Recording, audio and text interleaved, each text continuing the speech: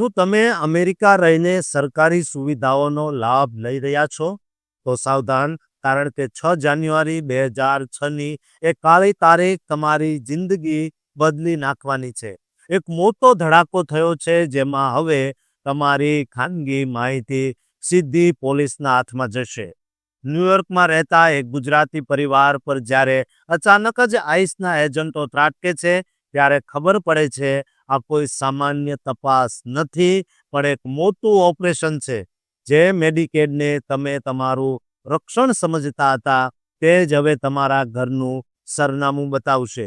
શું તમારી એક ભૂલ તમને સીધા એરપોર્ટ અને ત્યાંથી ભારત ભેગા કરી દેશે? અમેરિકાના ઇતિહાસમાં પહેલી વાર ડેટા શેરિંગના નામે જે ખેલ ખેલાઈ રહ્યો છે, તેનાથી લાખો ભારતીયોના માથે ડિપોર્ટેશનની તલવાર લટકી રહી છે. આ રહસ્યમય રૂલિંગ પાછળનું સત્ય જાણીને તમે સ્તબ્ધ થઈ જશો.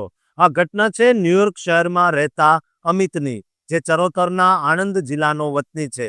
અમિત ત્યાં એક કન્સ્ટ્રક્શન વર્કર તરીકે કામ કરે છે અને અનડોક્યુમેન્ટેડ એટલે કે કાયદેસરના દસ્તાવેજો વગર રહે છે.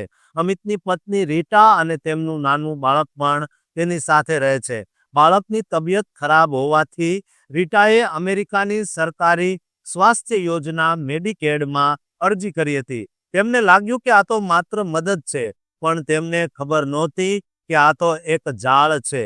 29 ડિસેમ્બર 2025ના રોજ કેલિફોર્નિયાના યુએસ ડિસ્ટ્રિક્ટ જજ વિન્સ છાબ્રિયાએ એક એવો ચુકાદો આપ્યો છે, જેણે આખા અમેરિકામાં રહેતા ઇમિગ્રન્ટ્સમાં ફફડાટ ફેલાવી દીધો છે.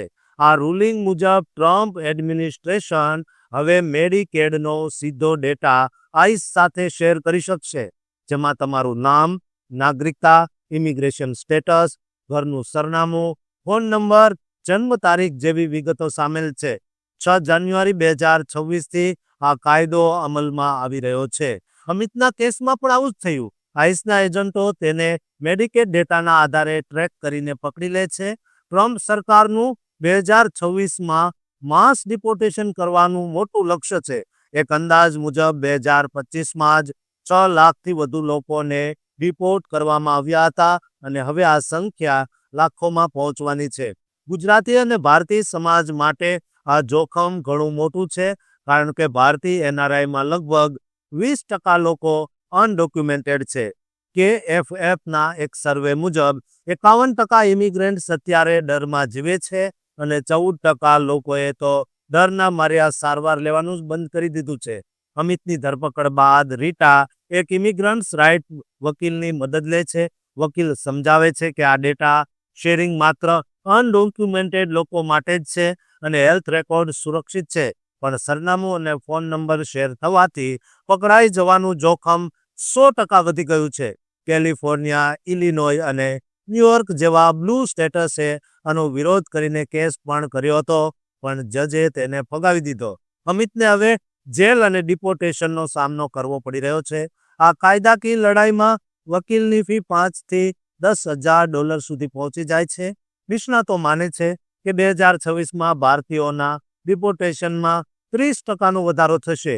આ વાત એવા તમામ ગુજરાતીઓ માટે એક લાલ બત્તી સમાન છે, જેઓ અમેરિકામાં ગેરકાયદેસર રહે છે અને સરકારી ડેટામાં પોતાની વિગતો આપે છે. ડેટા એક જાળ બની શકે છે જો તમારી પાસે કાયદેસરનું સ્ટેટસ ન હોય. હંમેશા યાદ રાખો કે કોઈ પણ સરકારી યોજનાનો લાભ લેતા પહેલા ઇમિગ્રેશન વકીલની સલાહ ચોક્કસ લો. જો તમે પણ આવી પરિસ્થિતિમાં હો, તો ડરવાને બદલે કાયદેસરના રસ્તાઓ જેવા કે અસાઇલમ અથવા સ્ટે મેળવવાની પ્રક્રિયા શરૂ કરવી જોઈએ. આ મહત્વની માહિતી તમારા મિત્રો અને પરિવાર સાથે જરૂર શેર કરજો, જેથી કોઈ અજાણતા આ જાળમાં ન ફસાઈ જાય.